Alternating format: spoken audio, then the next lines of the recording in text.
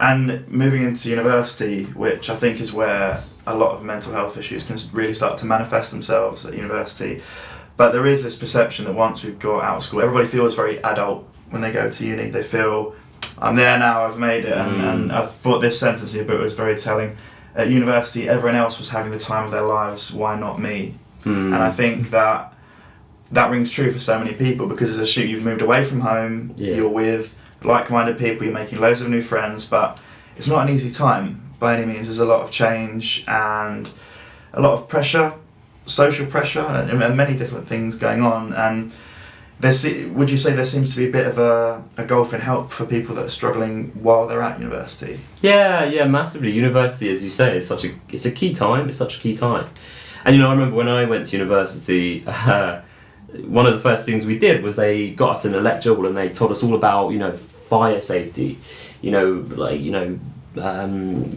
in the halls of residence, watch your cooker, and you'll do this and that, and electricity, and everything apart from mental health. Yeah. No one ever said, because everyone, before I went to university, everyone was saying to me, you're going to have the best time, it's the best time of your life. And so I went to university and I was like, this is a new me, this is all going to get better, and this is going to be amazing. And the first few days were great. I remember at Freshers Week, it was great. I felt like, this is a new me, and I was probably drinking. I know I was drinking loads, and then I came crashing down at the end of Freshers Week, and I was like, oh my god, I haven't left everything behind, and it's even harder now. I'm at university with these new people, and new responsibilities and independence, and was there sort of that requirement of like, I must have the time of my life? Like it's a requirement that I have the time of my life, absolutely. Because that's the expectation. And then you feel guilty, or I felt guilty because I was struggling, and I was convinced. I know now it's not the case, but I was convinced.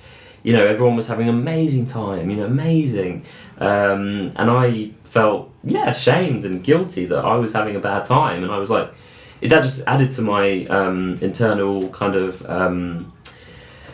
internal build-up of all this anxiety and stress and depression, and it just made things worse. And something that we really want to focus on actually is the transition period between college, sixth form, and university, because that could be so much better. As one of the big things that I want to look at is all transition periods. So the transition from primary to secondary, which is also tough, and the transition from sixth form, college to university, because the preparation for that is just rubbish. And then the transition from university to the workplace, you're just thrown out there and just like, we'll just get on with it. No one gives you the tools, no one prepares you, and so you for university, you've got to get your bank account, your student bank account, and you do this, you do that, but in terms of mental health, there's no preparation. And there's this thing as well with the millennials and the Facebook generation, and it's like they're young and they've got the technology, they've got everything they need, and they've got their student loans, and what do they have to be worried about? And it's just very far from the truth. This sort of assumption that once you're into your 20s, well, happy days, you're off and away. Absolutely. Kind of thing. And then you're called a snowflake if if you can't cope, or if you say that you're struggling, or you're vulnerable, you're called a snowflake by the older generation, because then that doesn't help, does it? So there's a real lack of understanding and empathy, and again, support for when someone leaves. In the mental health service, you're considered an adult. The day you hit 18, you're considered an adult, and you're thrown out of the young people's mental health service, and that's it. You're an adult now. You're grown up. You don't suddenly turn into an adult overnight, and it really annoys me that people think that you do. Everyone's grown up. Everyone that is out there making these decisions is grown up and knows that you don't just hit adulthood as soon as you turn 18. So why do we put that pressure on young people? You've reached this point, now you're out there, and no more help, no more support. You just got to get on with it on your own. Especially when there's not enough preparation. If there was more preparation and there was more honesty, I think, growing up. When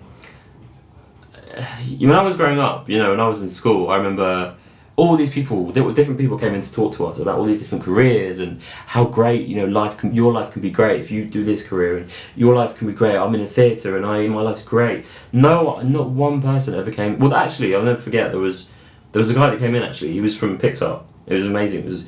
But he stood up in front of everyone and he said, you know, I struggled in school. And I remember like being like, oh my God, someone is being real. Yeah. That was like, so now, you know, the work that we do in schools, I think, is really important. When I go into schools, I'm honest, and, you know, not in a kind of like I'm honest about how I struggled in school and university, but always talking about that, you know, you can get through it, and there is another way, and please talk. Do you know what I mean? Like, young people just don't hear that honesty enough from you know, people above them, people older than them, and I think that could be different.